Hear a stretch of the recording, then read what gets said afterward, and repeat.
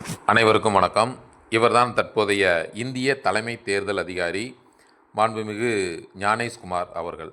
இப்பொழுது பார்த்தீங்க அப்படின்னா, இவர் மீது ஒரு சில குற்றச்சாட்டுகளை எதிர்க்கட்சிகள் வைக்கிறாங்க. நம்ம பொதுவாக ஒரு இந்திய தலைமை தேர்தல் ஆணையரை எவ்வாறு பதவி நீக்கம் செய்யலாம், அதற்கான அரசியலமைப்பு விதிகள் என்ன அப்படின்றது தான் நம்ம இதில் பார்க்க போகிறோம்.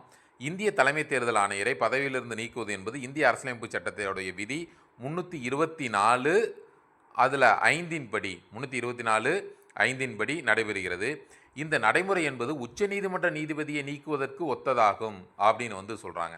உச்சநீதிமன்ற நீதிபதியை எப்படி அவர் மீது குற்றச்சாட்டுகள் வைத்து நீக்கப்படுவார்களோ அதற்கு ஒத்ததாக இந்திய தலைமை தேர்தல் அதிகாரியை நீக்குவதற்கான அந்த அம்சங்கள் இருக்குது, நீக்கும் முறைகள் இருக்குது அப்படின்னு சொல்கிறாங்க. அதாவது தலைமை தேர்தல் ஆணையரை பதவியிலிருந்து நீக்குவதற்கான காரணங்களை நிரூபிக்கப்பட்ட தவறான நடத்தை அல்லது திறமையின்மை, அதன் மூலமாகத்தான் அவர் பதவியிலிருந்து நீக்க முடியும் அப்படின்னு சொல்கிறாங்க. இதற்கான நடைமுறை அப்படின்னு பார்க்கும்போது பாராளுமன்றத்தில் தீர்மானம் நிறைவேற்றணும். இந்த காரணங்களின் அடிப்படையில் பாராளுமன்றத்துடைய இரு அவைகளிலும், மக்களவை மற்றும் மாநிலங்களவையுடைய சிறப்பு பெரும்பான்மையுடன், ஸ்பெஷல் மெஜாரிட்டி, அதனுடன் ஒரு தீர்மானம் நிறைவேற்றப்பட வேண்டும். இந்த சிறப்பு பெரும்பான்மை என்பது எப்படி இருக்கும் அப்படின்னா, அந்த அவையில் இருக்கக்கூடிய மொத்த உறுப்பினர்களில் 50% மேலே இருக்கணும் பெரும்பான்மை.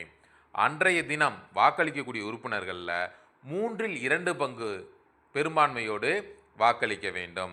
அதுக்கடுத்து வாக்களித்த பின்னாடி அவருக்கு எதிராக குற்றம் நிரூபிக்கப்பட்டு வாக்களித்தாங்க அப்படின்னா அது குடியரசுத் தலைவருடைய ஒப்புதலுக்கு போகும்.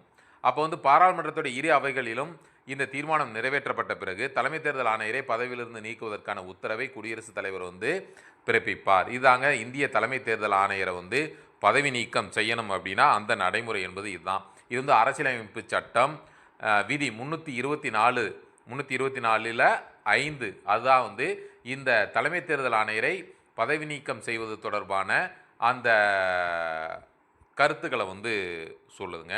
ஓகே, இதே போல் ஒவ்வொரு நாளும் ஒவ்வொரு முக்கியமான சம்பவங்களோடு உங்களை சந்திப்போம். மிக்க மகிழ்ச்சி.